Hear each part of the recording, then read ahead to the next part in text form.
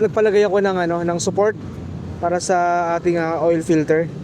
So dito titignan ko kung magiging okay. Ano yung concern mo pala? Yung tawag doon, yung pulley cover? Drive face yan. Kasi naputol, nabasag. Ang sarap pala maging back ride dito. Komportable. Yun, buti may harness sila. At sa kanila na yon, ang pinabili lang sa atin ay socket, fuse, at 3-way switch para sa ating PIA horn. Nakapasok yan sa index to. Papasok to. Ayos na. 400. Ano yung EDB yun, no? Oo, ng sound test. Magandang umaga sa inyo, kakwentuhan. Ngayon ay magpapa-PMS po tayo. Pang-apat na PMS ngayong araw, kakwentuhan. At nakaka 5,620 km odo na po tayo, kakwentuhan. Ang 4th PMS ay dapat 6,000 km or 6 months from the start of purchase ng iyong motorsiklo, no? Since July ito, so consider nila July kasi halos ganun yung nakuha nating ORCR, ganung month. Kaya minove yung warranty natin. Kaya kahit na wala pang 6 months at wala pang 6,000 odo, ay magpapa-PMS na tayo kasi akit tayo ng Mount Olis, Atok Benguet. Wow! So hindi pa natin alam kung sino yung mga kasama natin sa December 27. Nice! At nga pala, ito na rin yung last free PMS, yung free labor nila. Dahil hanggang 4 lang po ang free labor ng PMS sa Bristol, Zontes, Caloocan. As usual, dito pa rin ang daan natin sa EDSA. Ang daan natin Jesus dahil doon ang mas madaling daanan. Actually late tayo, 8:31 na. Sana tinanghali na tayo ng gising, kakwentuhan. Dapat ang target natin ay alas 8 ng umaga, kaso 8:33 na. So next go na ito, tayo na susunod. Lambot ng gulong natin, oh. Una ay 28, sa hulihan ay 29. So mamaya babambahan natin yan.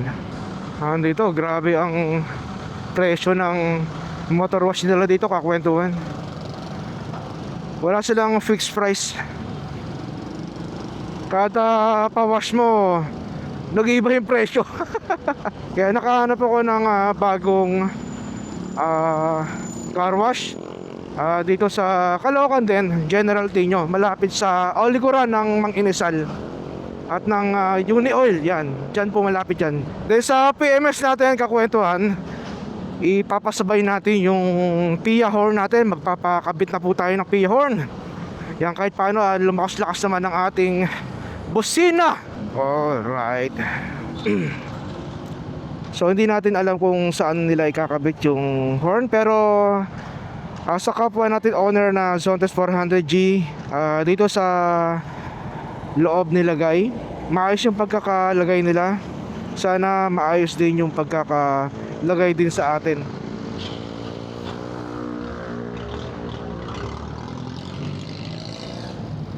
Lokon jeep to, naka red signal pa, nag-go na. Habol naka dilaw. Okay pa yan, wag lang red kasi mayayari ka doon sa red na yan. Hindi natin alam kung magkano yung magiging 4th PMS natin ngayong araw. Yeah.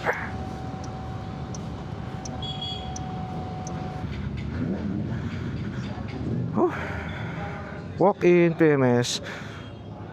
Wala pang tao dito. Yan, sasabak na po ang ating sige. Yan, sasabak na ang ating Zontes 400G PMS. Tapos ilalagay na po natin, magpapalagay na rin po tayo ng PIA horn. Yan po. So ang sabi nila, wala daw silang gear oil na available. Kaya bibili po tayo, kakwentuhan. Yan. Kaya dito tayo bibili sa pinakamalapit na bilihan ng gear oil. Okay po. Gear oil. So bumili kami ng 2 gear oil at isang brake cleaner. Ay sir, yan. Yan. Si Sir Ed. Yan. Sir, Yan. Ang pinakamabait na na-encounter namin. Yan. Gala. Ito ay sinisimulan na po ang ating PMS sa ating motorsiklo Z4G. So ito yung bidili natin na gear oil. So dalawa po siya kakwentuhan. Yan. At isang brake cleaner. So wala tayong oil. So ito po yung oil nila, AMS oil. Yan. Magandang klase ng oil ng Bristol. So dalawa po yung kakwentuhan.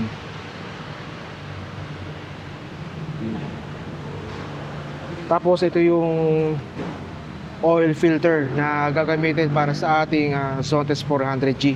Bago tayo umakyat ng Mount Olis, nagpa-PMS na tayo dito kakwentuhan. Ito kakwentuhan, pinapabili tayo ng socket relay, fuse box at isang 3-way switch para sa ating PIA horn na ikakabit po ngayon. So bibili po tayo sa yan, dyan sa harapan lang. Dyan po. Yan, nandito tayo sa harapan ngayon ng Zontes. Caloocan. Yan, dito tayo bumili ng ng fuse box at switch. Dito marami pong item. Dito rin ako bumili ng fuse relay nung nagpakabit tayo ng aux light sa ating Zontes 400G.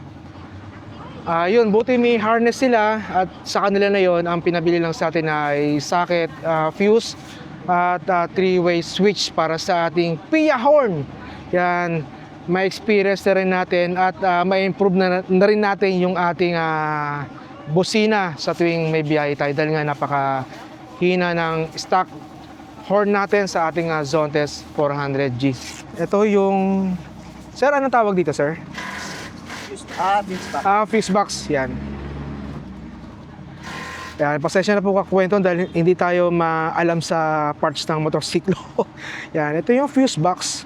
Yan, para sa pagkakaintindi natin. Okay. Ito yata yung sasalo sa voltahe, no? So dito ilalagay yung fuse. Yan. Socket relay. Tapos ito yung socket relay. Ayan. So makapal yung wiring nila dito kakwentuhan. Ayan. So makapal siya. Yan.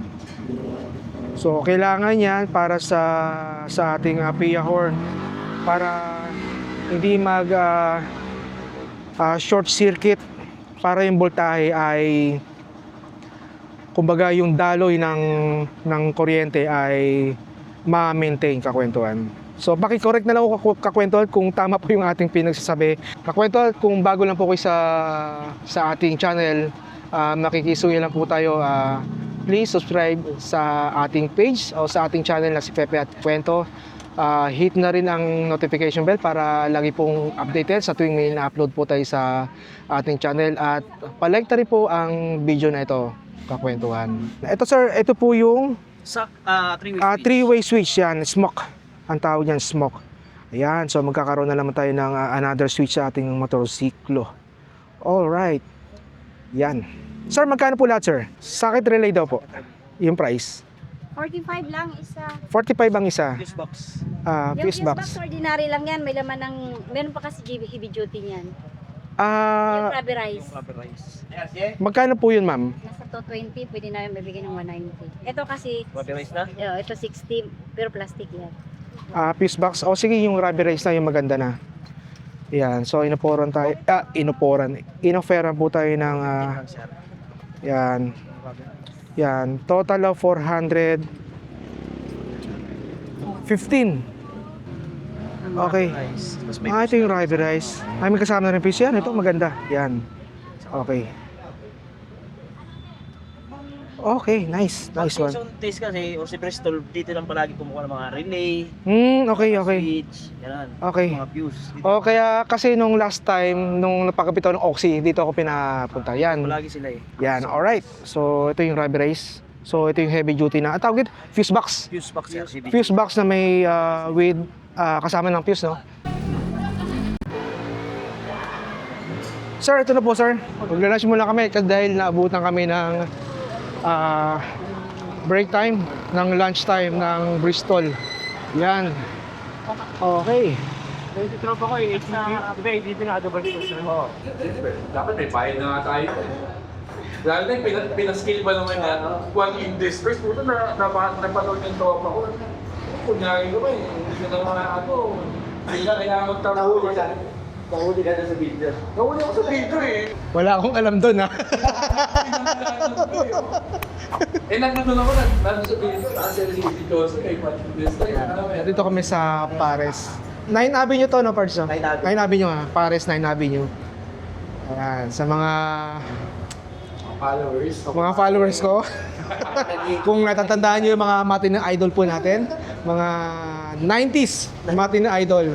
That's entertainment. Part na. Mga na-expired na. Thank you sa lunch, Papa Jet.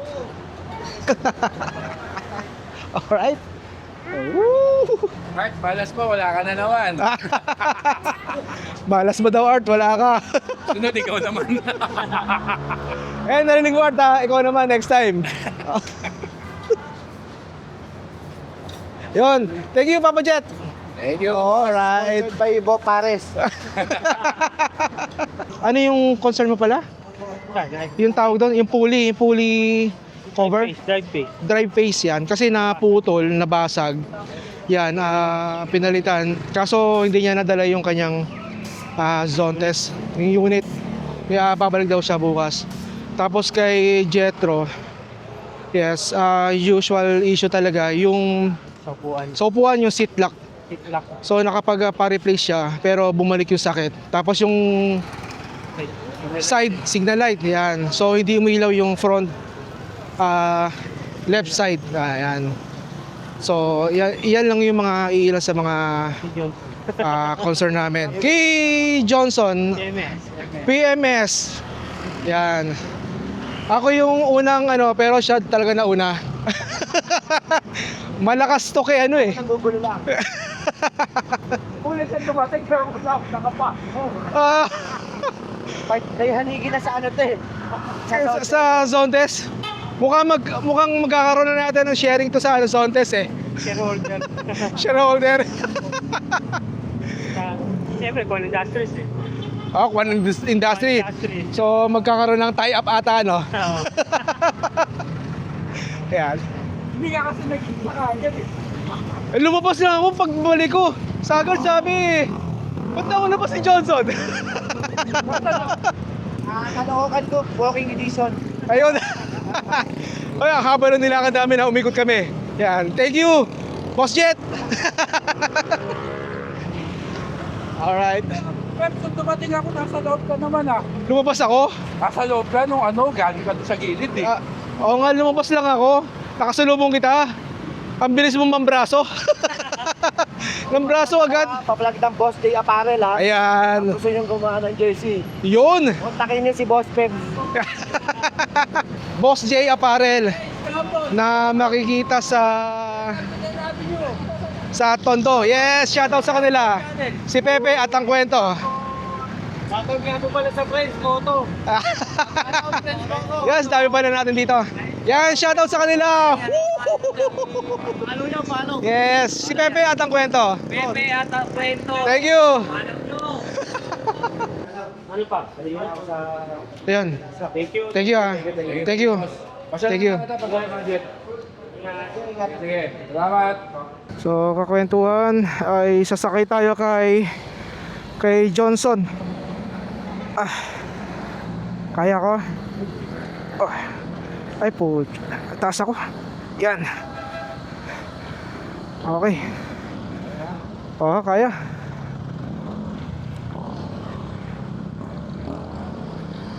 Alright. Yan. Thank you, Johnson. Yes, yung ating motorsiklo ay pinaiwan muna natin dahil matatagalan pa dahil may lakad tayo ngayong araw. Hello, Johnson. Yun.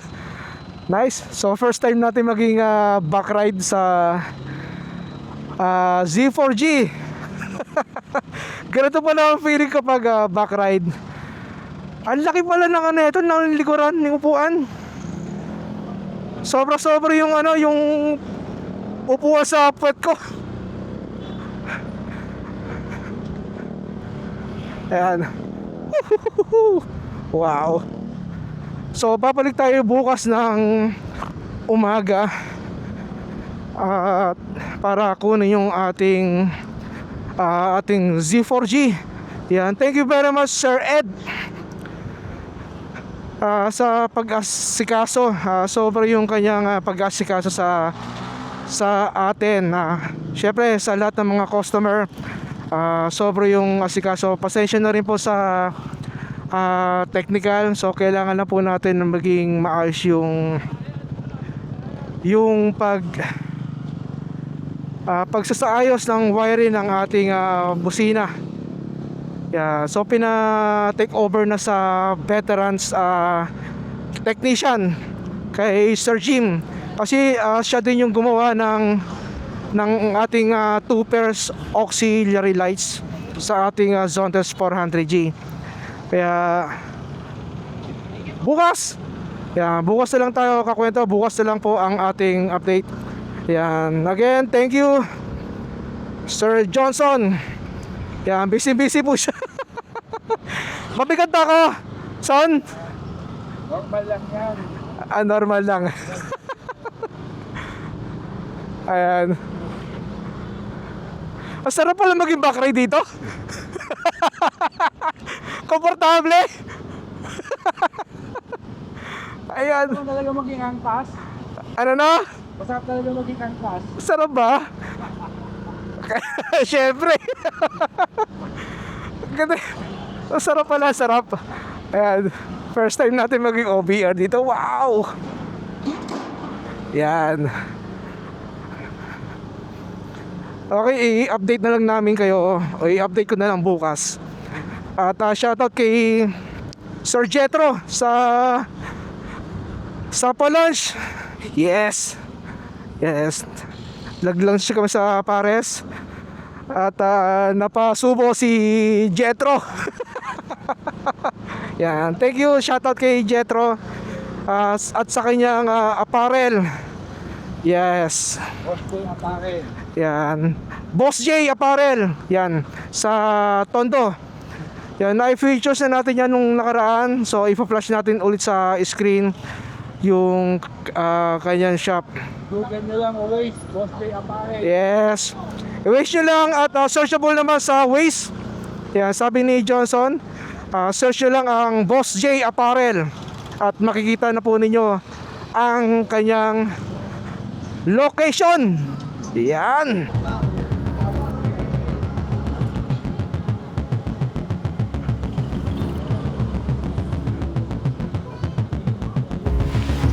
Boss, pagbaba. Yan. Anong grade na yung bunso? Para po. Excuse me. Oh, excuse me. Excuse me. Excuse me. Okay. Alright. Ayan, mukhang ito na yung ating motorsiklo. Okay, so dito nila kinabit yung ating switch ng horn. Kakwentuhan, nandito na tayo sa Zontes, Caloocan, Bristol. At kukunin na natin ang ating Zontes 400G. Binalikan lang natin to ngayon, kahapon pa to actually, kasi natagalan lang sa PIA horn warning at hindi pa na CVT cleaning yung panggilid natin. Kaya siguro mga 3 o'clock na yun, kaya nag-decide tayo na umuwi na. At kasi may lakad pa tayo ng 4 PM na yun. So now, nakita na natin yung ating Zontes 400G na tingin ko ay okay naman na. So tara, pasok tayo sa loob. Bill out na tayo. So nakausap natin si Sir Bill. Yan, siya yung punong abala dito sa Zontes, Caloocan. So, madali siyang lapitan, si Sir Billy, Sir Ed. Kaya yun, at naayos na yung ating motorsiklo. Mamaya iikot natin yung ating Zontes para ma-try natin yung ating busina at yung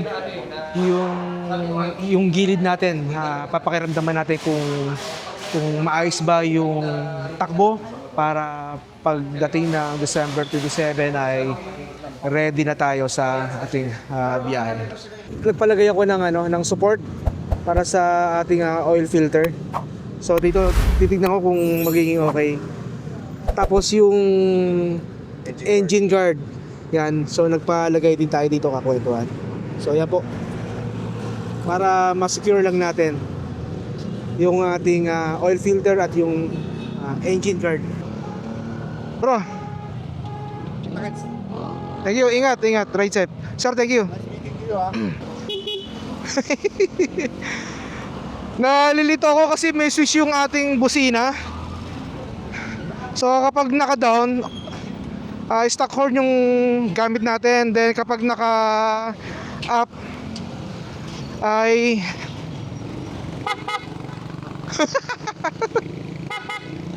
ang kulit eh. Ang lakas.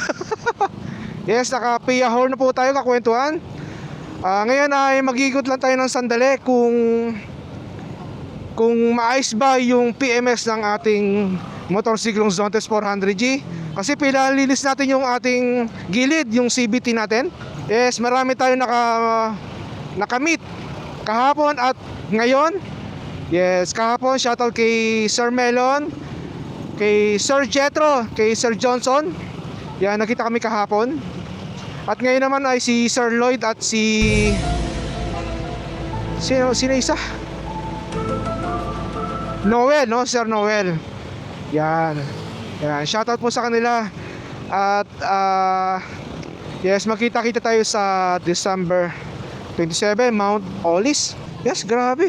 Smooth yung takbo natin, ha. Grabe, linis. Ang linis siguro ng pagkakalinis ng ating CVT. Nung una, kasi pag gitna, wala kang hello, walang horn. Yan, kahit anong pindot natin, wala. Yan, dapat nakababayan palagi. Parang bagong bago. Yes, shoutout din kay Sir Billy at kay Miss Angel sa pag-asikaso sa ating PMS.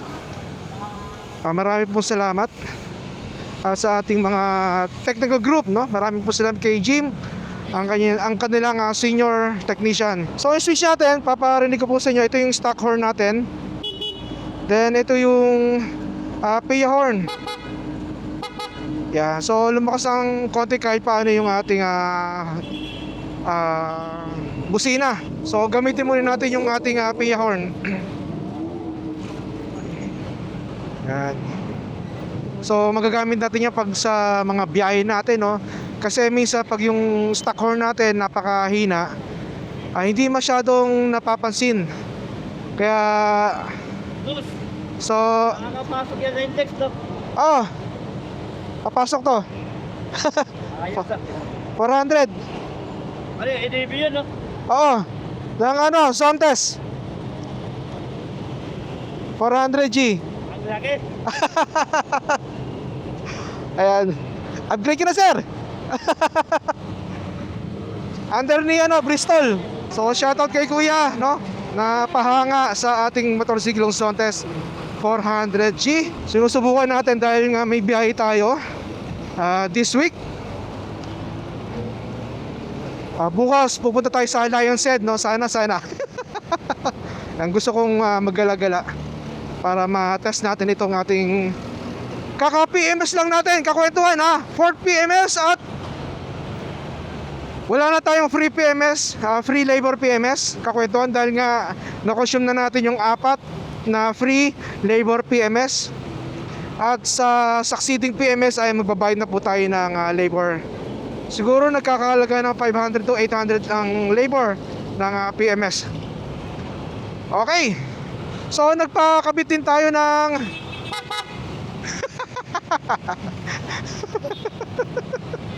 nagkainitan pa. Nagkainitan pa. Yan yung 4 PMS natin. Nagpakabit tayo ng PIA horn, no? Nagpa-install tayo at ng engine guard at ng oil filter guard. So kailangan natin yung mga accessory na yan para sa ating for safety measure ng ating Zontes 400G. Pero may bali-balita tayong engine guard ay mahinang klase o manipis, madali siyang maputol habang umaandar kasi may vibration. Dahil nga sa nipis ng bakal naputol. Kay Johnson ganun daw nangyari. Obserbahan natin dahil kailangan din talaga natin yung mga ganyang accessories. Okay, in total na nagastos natin sa ating 4th PMS ay 3,602. So hindi pa kasama yung fuse box, 3-way switch at yung isa pang parang adapter ata yun na nagkakalaga ng 415 kakwentuhan. Siguro umabot na ng 4,000 kakwentuhan. Kasi 3,600 plus yung 400 pesos. Pero mukhang sulit naman. So far so good yung ating takbo ngayon. So nabibirit ko ng paunti-unti, mukhang okay naman.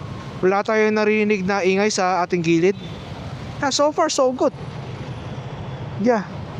So far so good. So ang gagawin natin, iikot lang tayo kakwentuhan. Hanggang Blooming Treat lang tayo, tapos iikot tayo papuntang Avon Bonifacio na. Then so far may mood nga pala ito, Eco mode at Sports mode. So gamitin natin yung Sports mode. So ito po makikita natin, Sports mode, letter S. Kasi sabi ni Johnson at ni Jethro, kapag gumamit daw tayo ng Sports mode, malakas yung RPM at yung arangkada. Pero in terms of gas consumption, wala daw pinagbago kapag naka-eco mode at naka-sports mode. Mas maganda, no? So ang gagamitin natin, sports mode. Tignan natin yung pagkakaiba between the two modes. Okay, tinakbo na natin ay total mula nung na-purchase natin ay 5,625 km. Oo nga, totoo nga, ang lakas ka ng ng arangkada kahit paano. Pero hindi naman siya total ganun kalakas. Pero may effect kapag naka-sports mode tayo kakwentuhan. Hihirit agad. Hihirit agad. Nakakatuwa. Mukhang ito na yung gagamitin natin, sports mode. Naninibago ako. Ang lakas ng ating busina. So U-turn na tayo o diretso tayo? Diretso. Ang lakas, grabe. Yung sports mode natin, lakas. Mas lumakas yung power niya compare sa Eco Sports. Eco mode pala, Eco Sports talaga. Dito nilagay yung switch kasi dito loaded na, hindi na kaya. So dito may may screw dito sa ilalim. So ayan pa makita ang kwentuhan. Then ito yung switch natin. Okay, no?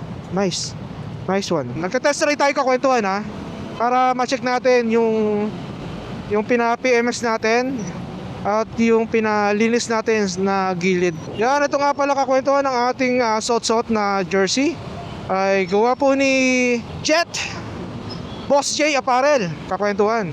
Kung gusto nyo mag-avail ng shirt ay pwede po sa kanila. So searchable naman sa Waze ang kanilang store, ang kanilang shop. Search nyo lang po Boss J Apparel sa Waze at dadalhin na po kayo sa location. Ang dami talagang sasakyan dito sa Blooming Treat kasi mga humihinto. Mga kumukuha ng pasahero. Dito kaya ikot na lang tayo dito kakwentuhan. Traffic.